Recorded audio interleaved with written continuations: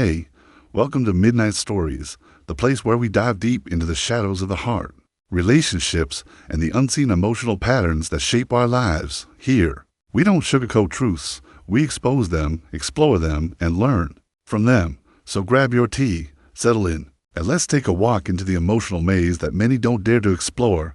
Tonight, we're peeling back the layers on something raw, something unspoken. There are invisible spaces within us, emotional gaps that make us vulnerable. And when it comes to women, these gaps are often quietly used against them, not always with bad intentions, but the consequences can still be unfair. Tonight, we're talking about 5 of those emotional gaps, the ones that give men an unfair advantage in dating, love, and even marriage. Let's get into it. First, let me say this. This isn't about bashing women or men. It's about awareness. If you're a woman watching this, it's about recognizing where your guard might be down, not to close yourself off, but to protect yourself wisely. If you're a man, this isn't a playbook. This is a mirror. Look closely. So let's begin. The first emotional gap is the hunger for validation. Most women grow up being told how they should look, how they should behave, how they should be pleasing, not for themselves, but for others. Over time, this conditions them to seek external validation. A man who knows this can easily use it. A few compliments here, a little attention there. Suddenly, she feels seen, chosen. That can be intoxicating. He becomes the source of her self-worth, even if it's temporary. And here's the danger. Once someone has the power to validate you, they also have the power to withdraw it.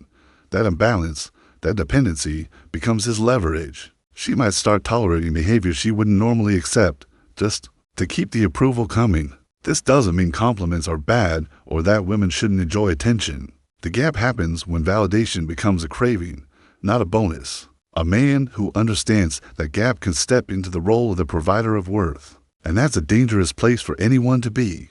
The second emotional gap is the romantic fantasy trap. From a young age, many women are fed the fairy tale, the prince, the chase, the dramatic love story with passion and pain. And that conditioning doesn't disappear when she grows up. A lot of women still carry that internal script. They want the movie moment. They wait for the butterflies, the meant to be, the rescue, the grand gesture. Some men understand this, and they become skilled actors. They know how to say the right things, create drama that looks like passion, disappear just long enough to trigger longing. Then they return like a scene from a love story. It feels like fate. But it's just manipulation. A woman caught in the fantasy gap might ignore red flags, tolerate emotional roller coasters, and mistake chaos for chemistry. That fantasy lens clouds reality, and a man who knows how to perform within that script holds all the power. The third gap is emotional over-responsibility. A lot of women are taught to be caretakers, not just physically, but emotionally. If someone is sad, they try to fix it. If someone is cold, they try to warm them. If someone is emotionally unavailable, they feel like it's their job to make him open up, to love him enough that he changes. This emotional labor becomes second nature, and a man who doesn't want to take responsibility for his own wounds will see her as the perfect solution. He'll dump his pain, his anger, his traumas on her, and she'll absorb it like it's her duty. That's not love. That's emotional outsourcing, and the more she tries to heal him, the more power he gains. She becomes entangled in the belief that if she just loves him right, he'll become the man she sees in her dreams. But that man may not exist, and meanwhile, she loses herself in the process. The fourth emotional gap is the fear of being alone. Let's be real. Society has made it seem like a woman without a partner is incomplete, even successful, independent. Women sometimes carry this silent fear that being alone means failure, and that fear makes them settle. They'll stay in situations that no longer serve them. They'll tolerate disrespect. They'll compromise their boundaries, because the idea of starting over feels scarier than the discomfort of staying. And a man who senses that fear, even unconsciously, can exploit it. He knows she won't leave easily. No matter how he behaves. He stops trying, stops respecting, because he knows she's already afraid of being alone, and that fear is his cushion. It keeps her tied to him, even when the love is long gone. But the truth, being alone isn't the worst thing. Being with the wrong person is, and sometimes it's in solitude that a woman finally finds her real strength. And now we come to the fifth emotional gap, the need to feel chosen. This one is deep. There's this unspoken desire in many women to be picked, to be the one he chooses over everyone else. It's wrapped in ego and longing in the hope of being seen as special. And it's so easy for a man to play into that. He'll create competition, talk about other women, make her feel like she needs to prove she's worthy. Suddenly, she's trying harder, bending more, becoming someone else just to be the one he picks. But love isn't a game of musical chairs. If someone truly values you, you don't have to compete. You don't have to audition for a role in their life. Yet that gap, that deep desire to be chosen, can blind women to how toxic that dynamic really is. She doesn't realize that if she needs to chase, if she needs to convince him of her worth, that he's not worthy of her to begin with, let that sink in. These 5 emotional gaps, they don't make women weak. They make them human.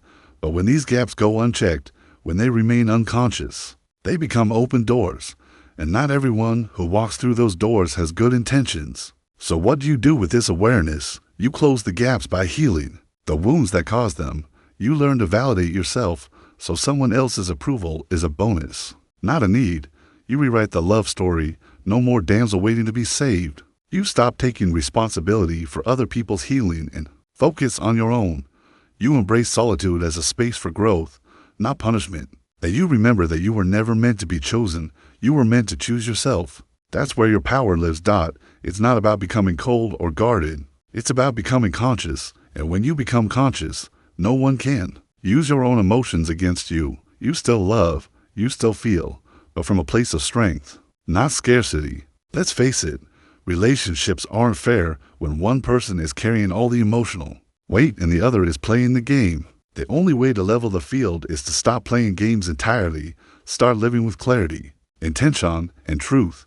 If this story spoke to something in you, if it made you uncomfortable, reflective, or even angry, that's a good thing. Because discomfort is the beginning of transformation. And transformation is what Midnight Stories is all about. We're not here to give you sugar-coated answers. We're here to ask the questions that burn at night. The ones that make you think twice. The ones that bring you back to yourself. So if you want more raw truths, more emotional deep dives, more of the stories that live in the shadows, subscribe. Share this with someone who needs to hear it. And leave a comment if this resonated with you. We read every word.